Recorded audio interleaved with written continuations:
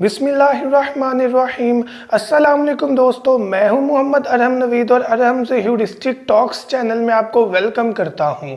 तो व्यूअर्स, आज की वीडियो का टॉपिक लाइव प्रोग्रेस के बारे में है। तो बिना टाइम ज़ाया किए जो पैरेट्स की प्रोग्रेस है वो मैं आपको शो करवाता हूं। इसमें कुछ जो है बैड लक भी है, वो भी साथ आपको पिक्चर में दिखाऊंगा और अल्हम्दुलिल्लाह जो ब्रीडिंग प्रोग्रेस है वो भी दिखाऊंगा। तो अपना टॉपिक स्टार्ट करते हैं। अगर आपने अभी तक हमारा चैनल सब्सक्राइब नहीं किया तो अभी सब्सक्राइब करें और बेल आइकॉन को क्लिक करके हमारी लेटेस्ट वीडियोस के बारे में अपडेट जानें।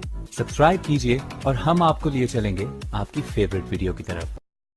तो फिर टॉपिक स्टार्ट करने से पहले आपसे रिक्वेस्ट है कि मेरा सिंगिंग चैनल है जो अरहम नवीद के नाम से है, लिंक डिस्क्रिप्शन में मैं दे दूंगा, लाजमी विजिट करें। उसमें मैंने अपना पहला ऑफिशियल नगमा रिलीज़ किया हुआ है। तो आपकी सपोर्ट की ज़रूरत है, लाजमी सुनिएगा, अपनी राय का इज़हार कीजिएगा।